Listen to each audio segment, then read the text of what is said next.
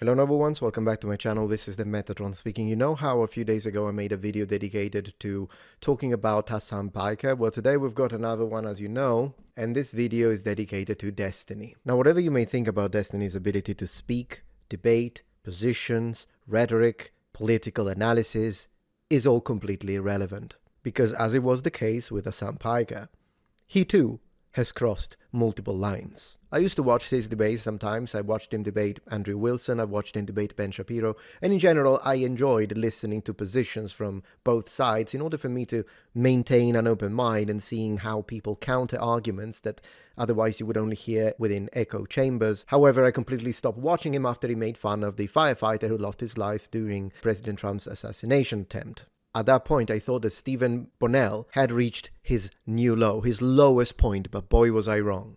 It seems like that similarly to Piker Boy, Destiny has also been calling for political violence for a while and appears to have had no repercussions when it comes to possible deplatforming or even legal procedures when it comes to that so far. Watch. I'm ready for the great cleansing, dude. Cleansing? The cleansing. What cleansing? When we genocide conservatives in this country. Are you gonna be out in the streets with your Glock? Maybe. I gotta go back to Nebraska and grab it. You genuinely do hate conservatives, don't you? Very much so. I've moved full on to like the political violence level or the real violence level when it comes to conservative people. Yeah, I think they need to be like excised from my fucking country. I think they are demonstrably fucking evil people by any moral system that most people would use. Yeah, you instead are a saint. And then I just hate them because they tend to destroy the outcomes related to this country, which is what I'm concerned with. Yeah, absolutely. Yeah, that's a topic I'm not yet sort of ready to touch. No. Conservatives have been disgusting for years, which is why I don't give a fuck about anybody that winds up at any of these rallies and gets shot or whatever the fuck, okay? Because they had no problem making fun of Paul Pelosi. The entire world would be better off if these people were permanently removed from these platforms. Like, there is no downside and only upside to see people like Candace Owens, Tucker Carlson, Tim Pool never be allowed to publicly broadcast their opinions ever again. It's exclusively bad stuff that happens. Conservatives have been I think you have been disgusting for years. The logical idiocy of trying to tell us that laughing and making fun of Pelosi's husband's situation is horrific and ending up doing the same thing. Hypocrite. Of course, making fun of what happened to Pelosi is wrong, was wrong, should be condemned, but you did the same thing, so you are no better than the people you say you hate. You should hate yourself now. There are plenty of people in this world who have never made fun or laughed at someone else's misfortunes. You are not one of them. So what happens? This is of course just the tip of the iceberg. Let's have a look at what kind of posts he has produced after the assassination of Charlie Kirk, shall we? For instance, there is this clip. During a Piers Morgan Uncensored, the following statement was made. Stop calling everyone you disagree with Nazis. There is a real world out there and your words can make people pick up guns. I agree. 100%. What does Mr. Bonnell say in response to that? You know what actually legitimizes widespread violence? ? The President of the United States constantly reminding people that the 2020 elections was fraudulent. Close quotes. The words spoken, the claims made by the President of the United States do not legitimize any form of widespread violence. And in this type of mentality that causes outcomes such as what happened to Charlie Kirk. And mind you, this post was made 23 hours ago, which means after the assassination of Charlie Kirk. No. Whatever statement made by the President of the United States legitimizes you to use your words to disagree or make debunking videos if that's what you want to do. That's what it legitimizes you to do. I guess you could strike as long as you keep it peaceful, but that's it. What else did he post? Let's check this one on his page. I hate Charlie Kirk. I think he's actually a Satan spawn, but he's very, very strategically minded. I hate Charlie Kirk. I think he's actually a Satan spawn, but he's very, very strategically minded. I hate Charlie Kirk. I think he's actually... Right.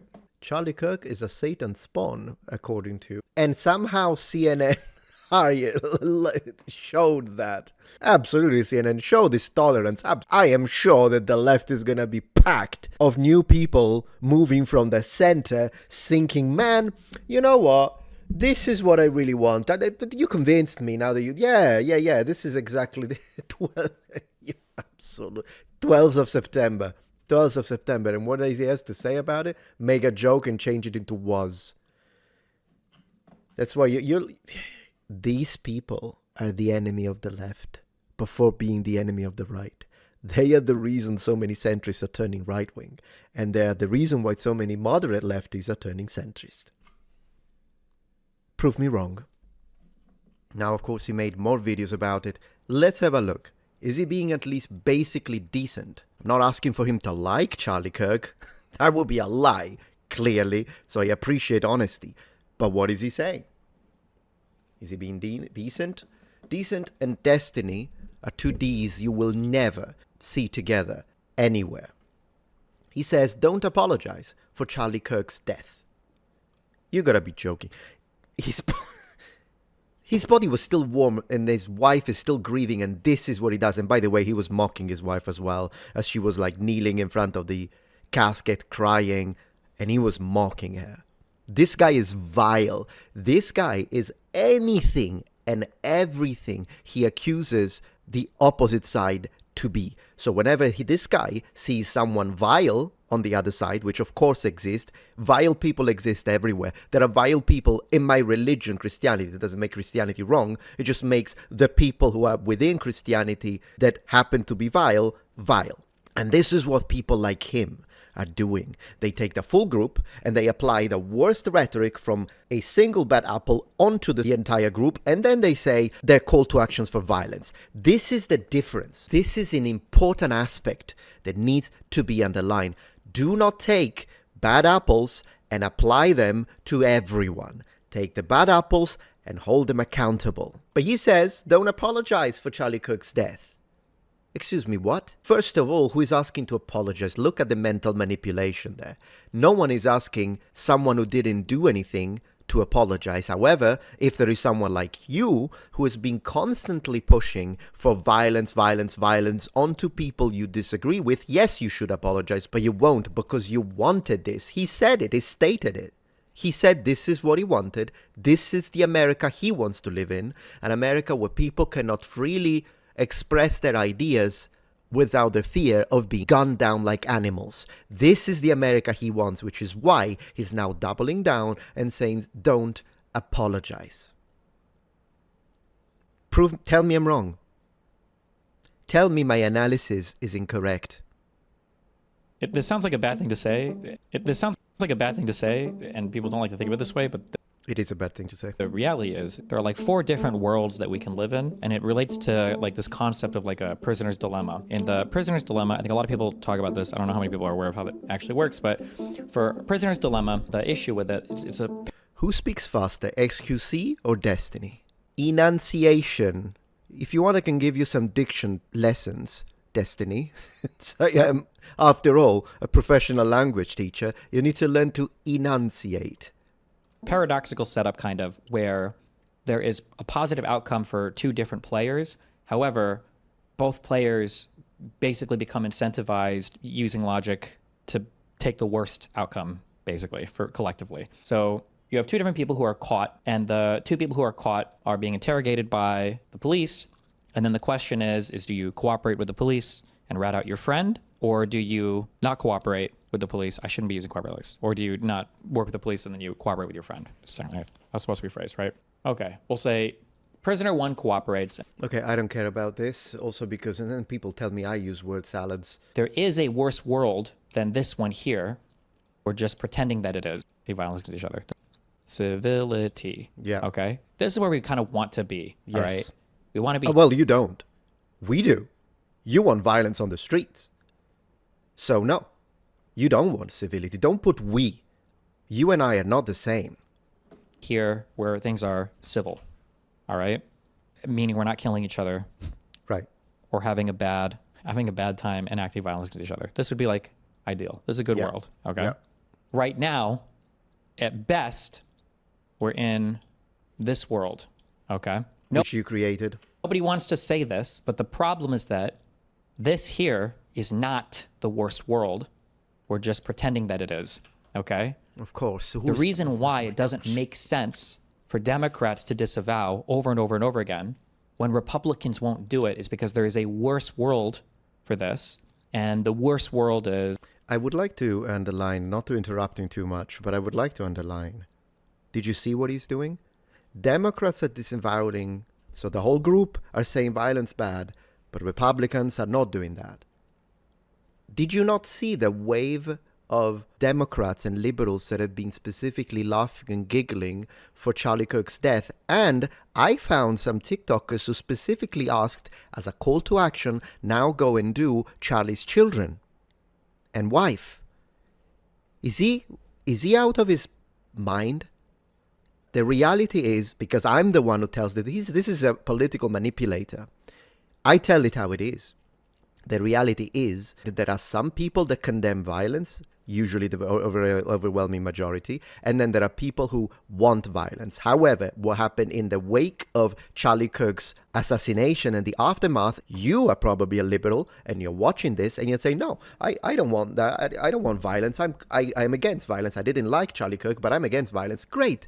I never said all liberals. He's the one who speaks in full groups. I don't. I'm saying there is a certain number of people that are specifically celebrating, laughing, giggling, and that is causing a strong reaction on the right. Now, are there some people on the right that are pushing it too far? Yes. If someone on the right says, now we need to retaliate off destiny, it's wrong. And I will call it out. That's not the way to do it. But let's not pretend that the same level of laughing and giggling happened when the Democratic senators were offed. I didn't see these thousands and thousands of conservatives, particularly kids, going around saying, we got this person in the neck, we got this person in the neck. I didn't see that. And if there were some, which is why it is absolutely abhorrent that now is going to pretend as if all liberals want no violence, but all Republicans never say that. You're out of your mind. This is why centrists turn right. I'll call it genocide, but I mean, you can put whatever you want here. Genocide, absolute violence, one-sided firing squad, whatever, execution. Right. There is a worse world than this one here. We all know that. And that worse world is one side enacting violence. Of course. And the problem is that the Republican rhetoric is pushing us in that direction, where the Republicans want to push us here, right? Where it's a Dem utter loss. And they do that by already trying to say that we are here, right? You've heard the Republicans say over and over again, it's all left-wing violence, it's all left-wing violence, it's all left-wing violence. And they do that as a call to their own side that they need to respond with violence. And the way to prove them wrong, if that's what you want to do, is to condemn the shooting of the children, the Christian children, by the way, that were killed by someone who clearly wasn't a Republican. I think it's obvious. And then also this Charlie Kirk's assassination. You do not have the moral ground if you laugh. It's one of the two. You got to choose. I would have respected Democrats if they had said, and I do respect those Democrats like that have been condemning this, but a lot of you guys are laughing about it, so you lose the moral ground. Be angry at those people on your side that are laughing about this. You included. You laughed. You said you were gonna make fun of the firefighter. You were the one who pushed the people in your audience to now go around and laugh. So you lost the moral ground. You want to regain it? Condemn the violence, but don't make a video saying don't apologize for Charlie Kirk's death. So the reason why I'm not sympathetic to people saying we need to turn down the temperature, well, Look. just because the other side isn't doing it doesn't mean we can't. No, we're not in the worst world right now. This world, right, which is this part of the prisoner's dilemma box, this world is preferable right here to this world. You see what he's doing? Once again, mental manipulation. It's as clear as day. He's giving you an answer that is correct. Yes, the world with violence is preferable to the world with genocide. That's correct, but it's unrelated. That's what he does. So he says something and you listen to it and you're like, well, yeah, I agree with that. But it has nothing to do with, oh, that's why we shouldn't call for stopping violence or lowering temperature. Do you see how unrelated the two things are? And he's doing it on purpose. He's saying what he wants to say, which is the message, don't tone down the violence. That's what he's saying. And then because people who are decent, left or right or center, are going to be like, well, no, we should tone down the violence. What are you on about? And then he's going to say, but no, because it's preferable to have this world over this one, isn't it? And then people are going to be like, yeah, I mean, sure, it is preferable. No, civility is preferable, you liar. Or this world, right? And the one-sided calls for just us, we just need to disavow. No, I'm sorry. The president of the United States, without having any idea at all who the actual shooter is, has already blamed one side. Because there was a bullet which said, catch this fascist. Which is the side that calls the other fascist? As someone who receives that insult constantly, be real, Destiny. Be honest. Once again, I'm honest on my end. I'm not saying all Democrats do this. I'm not saying all liberals are like this. I've seen a lot in my comments that say I'm left-wing, but it's horrible. I didn't like what Charlie Kirk said, but this is unbelievable, and I strongly... Great. That's a good lefty. Differently from you. You instead demonize the entirety of the other side and then add calls to violence. This is the difference between me and him. If you appreciate my content so far and wish to help ensure my ability to continue to tell it how it is, regardless of any possible backlash, please support this channel on Patreon. Any support helps me and my team of academics keep the channel strong and gives us the means to fight back against the political rewriting of history. Stand with us, form the wall, defend the truth.